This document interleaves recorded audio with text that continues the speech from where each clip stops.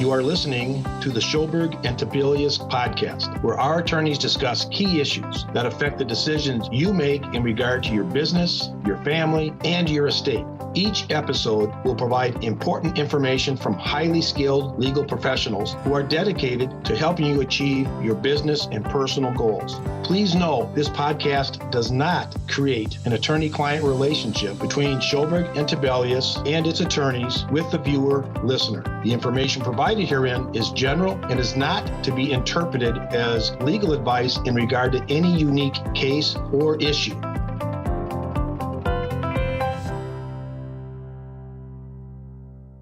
At least one person calls my office every week asking about a non-compete agreement, either an employer wanting to get her employees to sign one or an employee wanting to get out of one. Rarely does anyone call before they sign a non-compete asking about the pros and cons of doing so or whether or not they should sign it or not. And I really wish they did. I think this is because people are often so eager to jump into employment that they don't take the time to look just a little bit further down the road. So in the hopes of getting some people to do a little more thinking on the subject, let's talk about non-competes. So first, let's define the terms.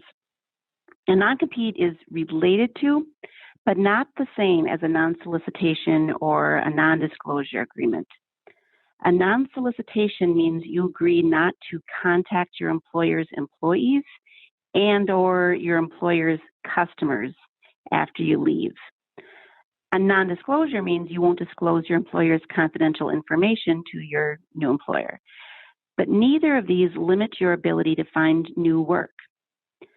A non-competition agreement, however, could prohibit you from working, and this is a serious matter, so such agreements should not be signed without taking some time to think about them. Generally speaking, a non-compete is a contract by which an employee agrees not to work in the same industry as their employer. The restriction should only be for a defined period of time, usually 1 to 3 years. The restriction should also pertain only to a certain geographic range, which is usually stated in terms of miles. For example, the employee won't work for a competitor within 15 miles of the employer's place of business. The range should relate to the business interests the employer is trying to protect. For example, the area in which the employer's customers reside. So, for example, a dentist living and working in Woodbury who signs a non-compete may find herself unhappy in her employment. She resigns, thinking she'll join another clinic or even start her own in St. Paul or Lake Elmo or Stillwater or any of the East Metro. She may then discover that the non-compete she signed several years earlier prevents her from working as a dentist anywhere in the area, and then she'd have to drive 90 miles one way each day to find employment outside the restricted range. This can be quite limiting, and for that reason, the courts don't like non-competes because they are a restraint on trade. However, the courts will enforce them so long as the restricted time and area are designed to reasonably protect the employer's legitimate business interests. So, for example, if all the employer's customers come from Woodbury, a court may find it unreasonable to restrict the employee from working in St. Paul. But these things are determined on a case-by-case basis. Every employer is different, as are their clientele. For example, an international IT company may have a restricted geographic range that's anywhere in the world. So what can an employee do? First, negotiate the terms before you sign one. Second, if you're already bound, try to renegotiate. Third, if at all possible, look for ways in which the agreement might be determined to be invalid. One of the biggest ways a non-compete may be invalid is if it wasn't given in exchange for adequate consideration. In other words, the employee is giving up something of value, the future freedom to work anywhere of their choosing. The employer, therefore, has to give something of value in return.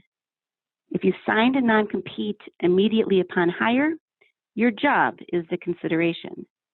But if you didn't sign a non-compete immediately upon hire, rather the boss came to you sometime later, even a day later, and asked you to sign one, the employment can no longer be that thing of value given to you in exchange for your agreement. At least that's the rule in Minnesota. Wisconsin and other states hold differently. But in Minnesota, if the non-compete is presented to you after you've started working, the employer has to give you something additional. Oftentimes, that's a one-time payment, but it can also be a raise, greater benefits, a promotion, a new title or responsibilities, something, so long as it has value. So in conclusion, if you are an employer, consider having your employees sign non-competes immediately upon hire, especially those employees who have great knowledge of your confidential information and those employees who are in a position to develop close relationships with your clients.